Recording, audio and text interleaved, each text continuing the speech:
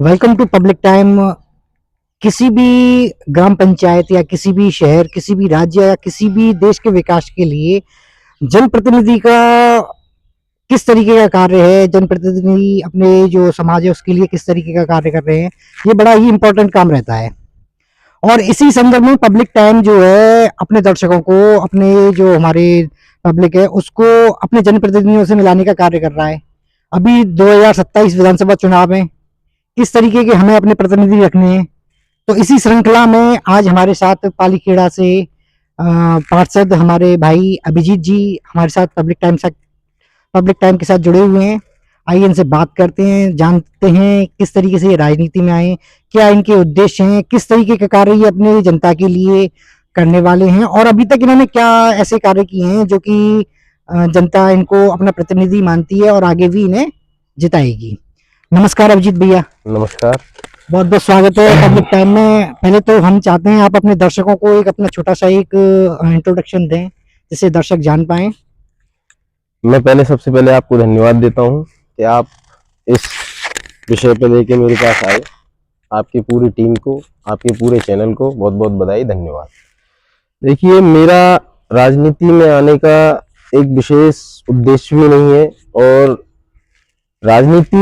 मुझे राजनीति करनी नहीं है, मुझे सिर्फ सेवा करनी है और सेवा के लिए मैं आया हूँ। मेरे परिवार ने मुझसे जब ये कहा कि भाई चुनाव करना है और राजनीति में, मैंने कहा राजनीति नहीं करेंगे, हम सेवा के लिए आए हैं और सेवा अगर करनी है तो ही सेवा में जाएंगे।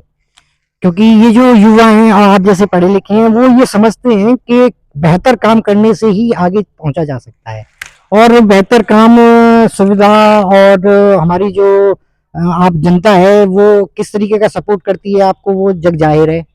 तो आपका ये जो उद्देश्य है आपने बता दिया कि जन सेवा करना है जी।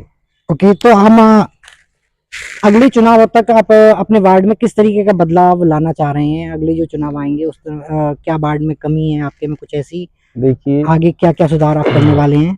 देखिए, सबसे पहले मैं अपने वार्ड के और क्षेत्र की सभी सम्मानित जनता को प्रणाम करता हूँ, वंदन करता हूँ, अभिनंदन करता हूँ। अभिनंदन इसलिए करता हूँ कि उन्होंने मुझे अपना प्रतिनिधि बनाया, मुझे एक सेवा का अवसर उन्होंने दिया और वार्ड नंबर 33 की जो पूरी जनता है वो मेरा परिवार है। अगर परिवार की दृष्टि से अगर मैं काम करूंगा तो मैं कहीं ना कहीं सफल हो पाऊंगा, अगर राजनीति की दृष्टि से काम करूंगा तो मैं सफल नहीं हो पाऊंगा। क्योंकि परिवार की आवश्यकताएं देखने के लिए आपको नजर आएंगी कि परिवार में क्या आवश्यकता होती है। हम उदाहरण ले लेते हैं अपने घर की। परिवार में एक मुखिया होता है और वो पूरे परिवार को चलाता है। ऐसे ही वार्ड नंबर 33 की पूरी जनता, सम्मानित जनता और सभी लोग, ये मेरे परिवार के सदस्य हैं। जिस दिन मैं प्रतिनिधि यहाँ से जो चुना गया तो मैंने इनको अपना परिवार और अपने परिवार का सदस्य मान लिया था। उसी दिन से उसी निरंतर क्रम में मैं अपने परिवार के लिए काम कर रहा हूँ और काम करने का मेरा उद्देश्य है कि मेरे क्षेत्र की सम्मानित जनता सुखमय रहे, समृद्धि रहे और तरक्की करे। इसलिए मेरे यहाँ जो मुख्य समस्या थी उन पर मैं बहुत गहन अध्ययन करके आगे बढ़ रहा हूँ और लगातार निर्माण, रोड निर्माण, नाली निर्माण, बिजली, ये सारी व्यवस्थाओं में सुचारू रूप से आगे बढ़ती जा रही है। और मैं मानता हूं कि 2028 में चुनाव होने वाला है, 2027 में राज्यसभा का चुनाव होने वाला है। प्रतिनिधि ऐसा होना चाहिए कि जो जनता के लिए काम करे और सम्मानित जनता के लिए उसके सुख दुख में खड़ा रहे, छोटा हो बड़ा हो, मतलब हर तरीके का आदमी मिल सके। ऐसे प्रतिनिधि के तौर पे अगर काम करेंगे तो आगे चल के हम लोग अच्छे व्यवहार, अच्छा परिवार हम दे सकते हैं। जनता के लिए जनता की जो समस्याएं मेरे पास आती हैं उनको लेके मैं अपने नगर आयुक्त महोदय, अपने माननीय महापौर जी के समक्ष उन समस्याओं को रखता हूं और 100% उनके निराकरण के लिए हम लोग काम करते हैं। और माननीय आदरणीय महापौर जी विनोद अग्रवाल जी, बाबू जी बहुत सज्जन है और बहुत ही काम के प्रति उत्कृष्ट भी हैं और लगातार वो निरंतर अपने क्षेत्र को, नगर निगम को सुदृढ़ करने में लगे हुए हैं। आप देख रहे होंगे कि चारों तरफ लाइटों का पूरा एक समूह खड़ा कर दिया है। आप शौक रोड पे देख लें कि स्थिति क्या थी, रोज यहाँ एक्सीडेंट, एक परिवार का सदस्य चला जाता था, बड़ा दुख होता था। आज वो शौक रोड पे आप पूरे लाइट लग गई है। अभी पूरे शहर में लाइटों का तैयारी चल रही है, काम करा रहे हैं। नगर आयुक्त महोदय ने बहुत अच्छा नगर निगम को संभाला और बहुत तेजी से काम का पिटारा जो पार्षदों को दिया, उसके लिए मैं आदरणीय महापौर जी का बहुत बहुत धन्यवाद करता हूँ, अपने नगर आयुक्त महोदय का बहुत बहुत धन्यवाद करता हूँ कि उन्होंने क्षेत्र की समस्याओं को समझा और उनके निराकरण के लिए कदम उठाए। अच्छा जी पार्षद जी, आपकी दृष्टिकोण से एक आदर्श वार्ड क्या होना चाहिए? देखिए, आदर्श वार्ड में कुछ चीजें ऐसी होती हैं कि एक साथ आदर्श वार्ड नहीं बन सकता। नहीं बन नहीं सकता, लेकिन क्या होना क्या चाहिए? 2017 में नगर निगम का गठन हुआ और दूसरा कार्यकाल अभी चल रहा है, तो आदर्श वार्ड बनने के लिए और आदर्श वार्ड की दृष्टि, जैसे कि रोड, नाली, पानी की निकासी, लाइट, मान लीजिए जनता की सोच और जनता का जो नजरिया है, उनको 3-4 चीजें बेसिकली चाहिए होती हैं, रोड, नाली, लाइट और सुरक्षा, ये सारी चीजें। दूसरा है कि आदर्श वार्ड के लिए बहुत सारी चीजें, उसके लिए नगर निगम ही जिम्मेदार नहीं है, पब्लिक भी जिम्मेदार है। पब्लिक को अपने घरों से निकलने वाला कूड़ा आदर्श वार्ड के तौर पे अगर उन्हें गाड़ी में डालें, यहाँ हम डिस्ट्रीब्यूशन के लिए गाड़ी चलाते हैं उसमें डालें, इधर उधर कचड़े को ना फेंके, अपने घर के आगे सफाई रखें। देखिए, सफाई से आदर्श वार्ड बनने के लिए सफाई सबसे महत्वपूर्ण विषय है। और आदर्श वार्ड के लिए सफाई की कर्मचारी कितना करेगा, नगर निगम कितना करेगा, उसके लिए हमको भी आगे बढ़ के आदर्श वार्ड की श्रृंखला में लाने के लिए हमें भी आगे बढ़ के कदम उठाना पड़ेगा। जन जागरूकता ये जरूरी है, जरूरी है। और सफाई मुख्य है। सफाई जैसे जैसे होती चली जाएगी, आदर्श वार्ड की श्रेणी में आप आते चले जाएंगे। जैसे सफाई होगी, काम भी होंगे, रोड है, नाली है, इन सारी चीजों की व्यवस्था होंगी। अभी पानी की, जल निकासी की बड़ी समस्या रहती है, तो वो भी होगा।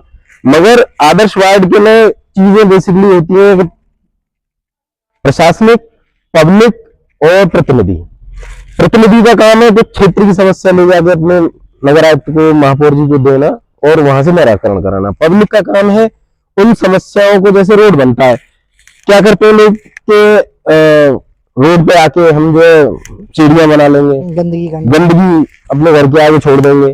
तो आदर्श वार्ड के लिए एक नगर निगम ही जिम्मेदार नहीं है, हम लोगों को भी आगे बढ़ के आदर्श वार्ड के लिए जागरूक होना पड़ेगा। और जागरूकता लाने के लिए प्रत्येक प्रचार प्रसार के लिए हम लोग निरंतर ऐसे काम करते रहे, जिससे कि आगे जागरूकता बढ़े।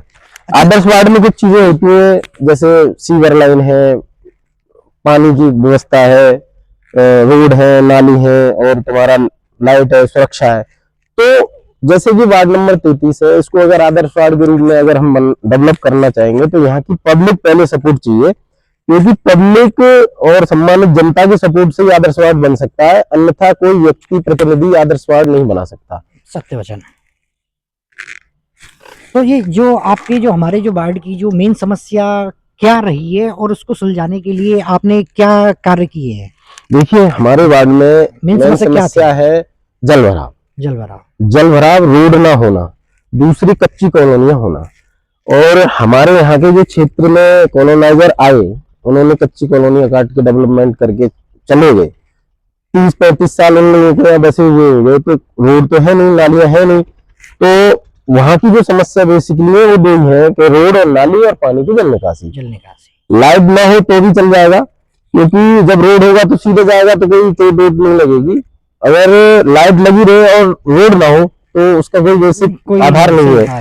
तो पहले सबसे पहले रोड होना चाहिए और रोड के बाद नाली, जल निकासी की व्यवस्था होनी चाहिए। मेरे यहाँ 2-3 समस्या मुख्य थी। जल निकासी नहीं थी, तो माननीय विधायक जी श्रीकांत जी द्वारा और महापौर जी द्वारा हमारे क्षेत्र के जितने भी विधायक प्रतिनिधि हैं, उनके आशीर्वाद से एक नाले का निर्माण हुआ, जो पालीखेड़ा से ट्रांसपोर्ट नगर जोड़ता है। अभी उन्हीं के आशीर्वाद से, माननीय श्रीकांत जी महापौर जी के आशीर्वाद से एक नाले का निर्माण और होने वाला है, जो मेजर ध्यानचंद मार्ग, जो हॉकी के जादूगर कहे जाते थे, उनके नाम पे वो रखा गया है रोड का नाम। और वहां से कहां तक निकल रहा है? वो सतुआ रोड से ट्रांसपोर्ट नगर तक जाएगा। तो वहां तकरीबन 18 कॉलोनियां पड़ती हैं। अब 18 कॉलोनियां पड़ती हैं और वहां जल निकासी नहीं है। हम रोड बनवा दें तो रोड तो खत्म हो जाएगा, क्योंकि जल निकासी नहीं है। सबसे बड़ा जहर पानी है रोड के लिए, क्योंकि रोड पे पानी गया तो रोड खत्म। तो उनके बड़े आशीर्वाद और सानिध्य जो हमें मिला है श्रीकांत जी, माननीय विधायक जी का और महापौर जी का, तो उन्होंने एक नाला और 1300 मीटर का हमें दिया है। उनके लिए बहुत बहुत बधाई। और माननीय श्रीकांत जी ने मेरे क्षेत्र में क्या पूरे मथुरा में बहुत अच्छे काम कराएं और निरंतर वो उनके प्रयास रहे कि जनता के लिए मैं करूं, और ऐसे प्रतिनिधि होना बड़ी आवश्यकता की जर्नी है। जी, ये जो प्रधानमंत्री का एक स्वच्छ भारत अभियान है जी और आप लोग भी एक बीजेपी से जुड़े हुए हैं, तो आपका क्या रोड मैप है अपने वार्ड के लिए स्वच्छ भारत अभियान के तहत? देखिए, मैं पहले भी आपको अभी इसी चैनल के माध्यम से अभी 2 मिनट पहले बता चुका हूँ। प्रधानमंत्री जी का जो स्वच्छता का अभियान है और स्वच्छता से भारत सुदृढ़ बनेगा, उसके लिए प्रतिनिधि, प्रशासनिक और क्षेत्र की हमारी सम्मानित जनता, हम तीनों मिलकर अगर काम करेंगे तो लगभग हम पूरे क्षेत्र को स्वस्थ और स्वच्छता के रूप में ले आएंगे। जब स्वच्छता होगी तो स्वस्थता भी होगी। बिल्कुल सही बात है। स्वच्छता नहीं होगी तो स्वस्थता नहीं गंदगी होगी, से बीमारियों का आकलन रहेगा, बीमारियों का आक्रमण रहेगा। तो पब्लिक को भी अपने लिए स्वच्छता के लिए और स्वस्थता के लिए काम करना चाहिए और बाहर निकल के आगे बढ़ चढ़ के स्वस्थता के उसमें हाथ बटाना चाहिए। पार्षद जी, एक युवा, क्योंकि युवा जो है रीढ़ है अपने देश की, अपने गांव की, अपने शहर की, हर जगह युवाओं के लिए एक मोटिवेशन या युवाओं को सही रास्ता देने के लिए या फिर युवाओं को एक रोजगार मेला, कुछ इस तरीके का आयोजन आप लोग अपने क्षेत्र में करते हैं? देखिए, रोजगार मेला कुछ ऐसा हमारे उनके लिए भारतीय जनता पार्टी के जो संगठन के जो विचार हैं और वो रोजगार के विषय पे बहुत तेजी से काम कर रहे हैं, और हम लोग प्रधानमंत्री रोजगार 100 योजना चला रहे हैं। हम अपने वार्ड में हम लोग लाते हैं, मगर लोग जुड़े तब। लोगों को अपने वार्ड के जो युवा हैं, मैं उनसे इतना ही कहना चाहूंगा कि अपने आप को अगर स्वस्थ रखना है तो 100 नशे से दूरी बनाए, फालतू की चीजों से दूरी बनाए और शिक्षा के क्षेत्र में आगे बढ़े। शिक्षा आपको धनवान बना सकती है, आपको स्वस्थ बना सकती है, आपके परिवार को जमीन से उठा के आसमान तक ला सकती है। शिक्षा एक ऐसा विषय है कि इस पे काम करेंगे तो आगे चल के रोजगार भी संपन्न होगा, उत्पन्न होगा, क्योंकि सोच से रोजगार होता है।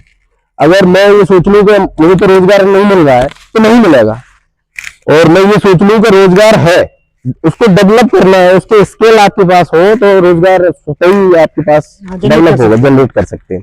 जैसे कि मान लीजिए यहाँ ढकेल लगाता है, ठेली लगाता है, तो वो रोजगार ही तो है, मगर उसको करने के लिए उसकी शर्म, झिझक, ये सारी चीजें एक साइड करनी पड़ेंगी।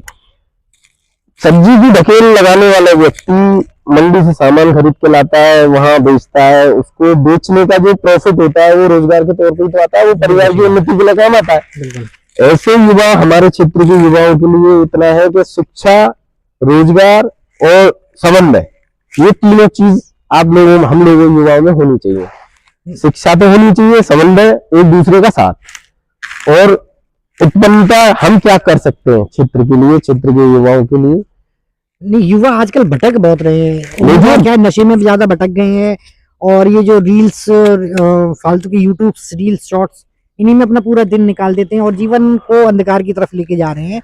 कभी आपने ऐसा कुछ अपने वार्ड में कुछ संगोष्ठी, कुछ ऐसा समय समय पर कुछ ऐसा कोई मोटिवेशन के लिए हम कराते हैं, मगर क्या है कि हमारे जो क्षेत्र के युवा हैं वो जोड़ना नहीं चाहते। जैसे कि हमारे यहाँ चलता है राष्ट्रीय स्वयंसेवक संघ का, हम प्रोग्राम कराते हैं, प्रतिवर्ष कराते हैं। वहाँ युवाओं को सुदृढ़ और विचारक और समन्वय का पाठ पढ़ाया जाता है, और वहां आने से युवा हमारा दूर जाता है। वहां देश विरोधी बातें नहीं सिखाई जाती, किसी के प्रति कोई प्रोपेगेंडा नहीं चलाया जाता, सिर्फ देश के प्रति आपका सम्मान बढ़े, आप युवाओं में देश के प्रति जागरूकता आए और अपने परिवार को कैसे चला सकते हैं वो उनमें आए। और संगोष्ठी जब होती है तो ढूंढ के हम लोग लाते हैं तो युवा टिक नहीं पाता, और उसका मुख्य कारण है कि आज के युवा नशे के आदी है, और मोबाइल तो है ही, उसके जीवन का पहला हिस्सा बन गया मोबाइल। तो दिन भर शायद घंटे, 8 घंटे में से वो 4 घंटे मोबाइल भी रहता है। तो युवाओं के लिए मेरा बस इतना कहना है कि अपने आप को देश के प्रति काम में लाए, और अपने परिवार के लिए काम में लाए, और अपने क्षेत्र के लिए काम में लाए। युवा जब तक बढ़ेगा नहीं, देश बढ़ेगा नहीं। पार्षद जी, एक बड़ी समस्या है कि युवा जो है छोटा, करीब जैसे 13-14 साल का कोई युवा हुआ तो उसको जो है नशे का जो सामान है बड़ी मतलब आसानी से उपलब्ध हो जाता है, और ये इसमें सर हमारा जो प्रशासन है इसकी भी बहुत घोर लापरवाही है प्रशासन, क्योंकि जो है कि हर 5-10 किलोमीटर पे कहीं कोई गांजा मिलने वाला है, कहीं मतलब इस तरीके जो आसानी से उपलब्ध हो जाता है ना, ये थोड़ा अगर रुक जाए तो आप हमारी अब आपसे विनती है, आप अपने आगे इस बात को रखें कि नशा जो उपलब्धता है वो आम जनता के पहुंच से दूर होना बहुत चाहिए। बहुत बहुत दूर होना चाहिए। ये नहीं कि गया यहाँ से देखिए बाइक उठाई और उससे बोला प्रशासन, देखिए मैं आपको बताऊं, प्रशासन लगातार काम करता है और लगातार रेड भी डालता है ऐसे क्षेत्रों में। और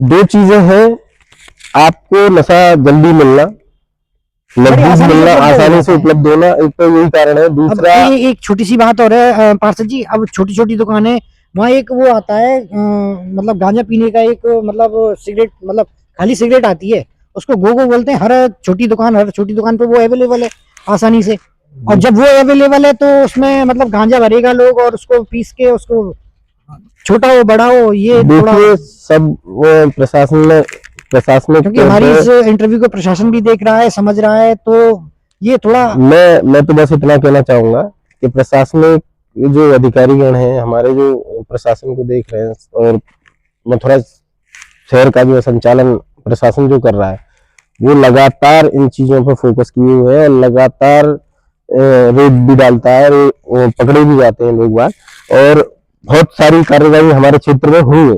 और पिछली बार जब हम थाने की जो थाना दिवस था उसमें बैठे थे और हमने एसओ साहब से कहा, निवेदन किया कि साहब ऐसे ये चीजें यहाँ उपलब्ध रहती हैं, तो उन्होंने रेड भी डलवाई, कार्रवाई भी कराई। मगर युवा यहाँ न लेगा कहीं अंत लेगा। युवाओं को पहले अपने आप को करना चाहिए, देखिए अपनी आत्मशक्ति से तो जो हो सकता है वो करना चाहिए। चीजें मार्केट में सब मिलती हैं, परिवार से थोड़ा, परिवार का भी इसमें बड़ा फैक्टर रहता है। परिवार चीजों को रोके, युवाओं को रोके, अपने उस पर, मैं कह तो रहा हूँ, इसीलिए तो शिक्षा आवश्यक है, शिक्षित होना बड़ा आवश्यक है। शिक्षा अगर होगी तो ये सारी चीजों से दूर रहेगा, परिवार भी दूर रहेगा, युवा भी दूर रहेगा। शिक्षा जहाँ कमजोर है वहां ये सारी चीजें उपलब्ध रहती है। क्योंकि नशा जो है एक इतने अच्छे खिलाड़ियों, स्पोर्ट्समैन को भी बिल्कुल बर्बाद कर देता है। देखिए ऐसा है कि स्पोर्ट्समैन ये सब अपने अपने तरीके से चीजें करते हैं, सही बात है। और प्रशासन बहुत तेजी से इस पे काम कर रहा है, और मैं धन्यवाद देता हूँ मैं अपने थाने इंचार्ज सीओ साहब, एसओ साहब को, कि उन्होंने मेरे कहने पे 3-4 बार यहाँ रेड डाली और ये सारी चीजें उन्होंने बंद कराई, और लगातार निरंतर हम इस पे काम करते हैं। मगर क्या करें कि कुछ चीजें ऐसी होती है कि वहां नहीं मिलेगा तो खेत में मिल जाएगा, खेत में मिल जाएगा। क्योंकि पौधा तो खेत में जमीन पे उगता है वो, और जहाँ ठंडा इलाका है, नाले हैं उनके किनारे, और लोग बन जाते हैं, लेके आते हैं। अच्छा इस पार्षद वजह जी, से मेरा तो इतना ही कहना है कि अपने आप को इस नशे से दूर रखें, अपने देश के प्रति जागरूक रहें, अपने परिवार के प्रति जागरूक रहें, अपने क्षेत्र के प्रति जागरूक रहें। युवा देश की रीढ़ की हड्डी है और उसे मजबूत होना बड़ा आवश्यक है। तो इन युवाओं के लिए अपने आपने आपके वार्ड में कोई ऐसा पार्क, छोटा खेलने का मैदान वगैरह कुछ ऐसा विकसित किया हुआ है? नहीं, इस पे हम प्लान कर रहे हैं, और पार्क के लिए भी हमने जगह चिन्हित तो कर ली है, उसको हम डेवलप कराएंगे। क्योंकि यहाँ दो चीजें, हमारे ब्रज क्षेत्र में सबसे बड़ी कला है कुश्ती, और कुश्ती मथुरा शहर की धरोहर है। और हमने नगर निगम द्वारा अभी कुश्ती का एक दंगल करवाया था, सभी पार्षद और महापौर जी के उस पे नगर आयुक्त की महोदय के संरक्षण में और महापौर जी के संरक्षण में बहुत अच्छा दंगल हुआ। युवाओं को खेल के प्रति जागरूक करना, युवाओं खेल में आएंगे तो इन सारी चीजों से दूर रहेंगे, तो इसलिए मैंने भी एक जगह चिन्हित यहाँ करवाई बहुत है, बढ़िया पार्षद जी। और मैं उस पर काम कर रहा हूँ निरंतर। कुछ लंबे समय तो लगेगा, क्योंकि चीजें करना और उसको लाना, धरातल पर लाना, प्लानिंग तो प्लानिंग इम्प्लीमेंटेशन बड़ा रहता है, जटिल है। और उसमें थोड़ा सा वक्त लगेगा। मगर निश्चित रूप से मेरे क्षेत्र के युवाओं को एक खेलने के लिए और बैठने के लिए वो एक स्थान उपलब्ध होगा। अच्छा, जनता के मिलने के लिए समय जो आपने कुछ निर्धारित किया हुआ है कि इतने समय जनता मुझसे मिल सकती है? देखिए जनता के लिए समय निर्धारित तो नहीं है, क्योंकि वो मेरे परिवार के लोग हैं, सही बात। उनके लिए समय रखना मेरे लिए औचित्य तो नहीं होगा। वो 24 आवर्स मैं उनके लिए खड़ा हूँ। वो अगर टेलीफोन से मुझे सूचना करते हैं तो मैं स्वयं पहुंच जाता हूँ, नहीं करते हैं तो मेरे यहाँ पूरे दरवाजे खुले हैं उनके लिए 24 आवर्स। कभी भी आइए, कभी भी मिलिए। कोई ऐसा नहीं है कि एक पर्टिकुलर टाइम है कि मैं इतने बजे से इतने बजे तक यहाँ मिलूंगा। लगभग मैं मथुरा शहर में ही रहता हूँ। बहुत से लोग टेलीफोन से संपर्क कर लेते हैं तो उन्हें समय में दे देता हूँ। बहुत से लोग यहाँ आ जाते हैं तो मैं मिलता हूँ, बराबर उनसे मेरी भेंट होती रहती है और मैं बराबर उनसे मिलता भी हूँ। और मेरे परिवार के लोगों के लिए कोई समय बद्धता नहीं है, क्योंकि समय बद्धता कर दी तो लोग फिर वही सोचेंगे कि समय से हमें बुला रहे हैं। जी। तो मेरे लिए समय की कोई बद्धता नहीं है, 24 घंटे दरवाजे खुले हैं, कभी भी आए कभी भी मिले, और अपनी समस्या का जो भी निदान मैं कर सकता हूँ वो जो लाते हैं उनको मैं करता हूँ। अब एक डिजिटल इंडिया अपने भारत देश में डिजिटल इंडिया ये कॉन्सेप्ट चल रहा है, उसके लिए कुछ अपने वार्ड में आपने वार्ड के लोगों को कुछ व्हाट्सएप या कुछ वेबसाइट या फेसबुक ऐसे कुछ माध्यम से जोड़ा हुआ है इन लोगों को? देखिए, मैंने पूरे परिवार को अपने व्हाट्सएप ग्रुप से जोड़ा हुआ है और उसका नाम है आपका पार्षद आपके द्वारे। और वो एक ऐसा माध्यम है कि जो लोगों के लिए मुझसे जोड़ने का आसान तरीका भी है, और उन चीजों को वो वहां रख सकते हैं। एक प्लेटफॉर्म मैंने दे रखा है डिजिटल माध्यम के तौर से, वो मुझे दे सकते हैं और मैं उनका निराकरण करता हूँ। जी, जी। और कोई संदेश जो आप युवाओं को देना चाहते हो? देखिए, संदेश युवाओं के लिए तो मेरा अब बस इतना है। नहीं पार्षद जी, मैं हमारा एक ये आपसे कहना है कि राजनीति में किस तरीके के युवा आप देखते हैं कि आने चाहिए? क्योंकि रुझान जो है युवाओं का, दो अगर थोड़ी सी भीड़ इकट्ठी कर ली और अपने आप को नेता बना लिया, ये इस तरीके का कॉन्सेप्ट बड़ा युवाओं को गलत दिशा में लेके जाता है। देखिए, तो संदेश आप देना चाहते हैं? देखिए, राजनीति करने के लिए अगर राजनीति सोच के साथ आएंगे तो राजनीति के तौर तरीके से ही करेंगे। अगर सेवा और निष्ठा के साथ आएंगे कि मुझे सेवा करनी है, किसी वार्ड का मैं अगर मेंबर चुना जाता हूँ या पार्षद चुना जाता हूँ, उस वार्ड की मुझे सेवा करनी है, तो वो एक अच्छा संदेश भी हो सकता है और एक अच्छी विशेष आपकी उपलब्धि भी हो सकती है। क्योंकि युवा है, आजकल बहुत सारी चीजें हैं, देखते हैं हम लोग तो युवा कभी इस ग्रुप में, कभी उस ग्रुप में, कभी वहां कभी यहाँ भटकना बड़ी अच्छी चीज नहीं है युवाओं के लिए। आप मान लीजिए आप किसी के साथ जुड़े हैं तो निष्ठा के साथ उसके साथ जुड़िए, उस संगठन के साथ जुड़िए और उस संगठन के लिए काम करिए, उसके प्रति अपनी निष्ठा को प्रदर्शित करते रहिए। युवाओं के लिए राजनीति बड़ा क्षेत्र नहीं है, बहुत छोटा क्षेत्र है। युवा आजकल कंटेंट जब मिलते हैं, पढ़ते हैं, उन चीजों को देखते हैं तो युवा उस पर फोकस करता है, गलत टिप्पणी करता है, कभी कुछ करता है। वो उन चीजों से बचना चाहिए। कंटेंट की पूरी जानकारी में कि ये कंटेंट आया कहाँ से, इसको इसका बेस क्या है, आधार क्या है, फिर उस पर टिप्पणी करें तो अच्छा लगेगा। जी पार्षद जी, जैसे आपने अपनी समस्या, वार्ड की समस्या महापौर को अवगत कराई, अब महापौर जो है उसको आगे अवगत कराते हैं, तो इसमें धनराशि का आवंटन कितना आता है, कितना जो अब तक हमारा वार्ड में लग चुका है, ये थोड़ा आप बताएं। देखिए, मैं आपको बता दूं, मेरे वार्ड में बहुत स्थिति खराब थी और लगभग स्थिति तो हम बताएं आपको 65 कितनी खराब थी कि ये जो चैतन लोक कॉलोनी है वहाँ पे जब थोड़ी सी भी अगर बारिश आ जाए तो वहाँ घोटू घोटू तक पानी होता था। और ये तुम्हारा महेंद्र नगर, अभी हमने आपका फेसबुक पे पोस्ट भी देखा था जहाँ पे आपने नालियाँ और सड़कों का निर्माण कराया, इसके लिए बहुत बहुत धन्यवाद। और हम तो अपने युवाओं से यही बोलेंगे, युवाओं से क्या अपनी समस्त पब्लिक से यही बोलेंगे कि अगर पार्षद आपके अगर एजुकेटेड हैं, समझदार हैं, पढ़े लिखे हैं और जन समस्याओं को समझ रहे हैं, तो आपकी जो समस्याएं हैं ना वो आपके पार्षद के पास जाने से ही खत्म हो जाएंगी। बेहतर सुरक्षा मिलेगी, बेहतर स्वास्थ्य मिलेगा, बेहतर जनजीवन मिलेगा, बेहतर रोजगार मिलेगा, बेहतर सारी सुविधाएं, क्योंकि आप अपने पार्षद बढ़िया तुमने चुना हुआ है, आपका जनप्रतिनिधि बहुत बढ़िया चुना हुआ है। क्योंकि हमें अपनी बड़ी ही समझदारी दिखानी है जनप्रतिनिधि चुनने में। पार्षद, विधायक, सांसद ये जो है इतना इम्पोर्टेंट रोल प्ले करते हैं अपनी जीवन लाइफ में कि इनके बिना तो ये जो है जीवन संभव नहीं है। तो बहुत बहुत धन्यवाद भैया आपका हमारे चैनल के साथ जुड़ने के लिए। और कुछ दो शब्द और आखिरी में जाते हुए हमारी पब्लिक से आप कुछ कहना चाहते हैं तो आखिरी दो शब्द बस। देखिए, मैं अपने क्षेत्र की जनता, अपने पूरे नगर निगम और अपने मथुरा ब्रज क्षेत्र की संपूर्ण जनता को प्रणाम करता हूँ, वंदन करता हूँ, अभिनंदन करता हूँ।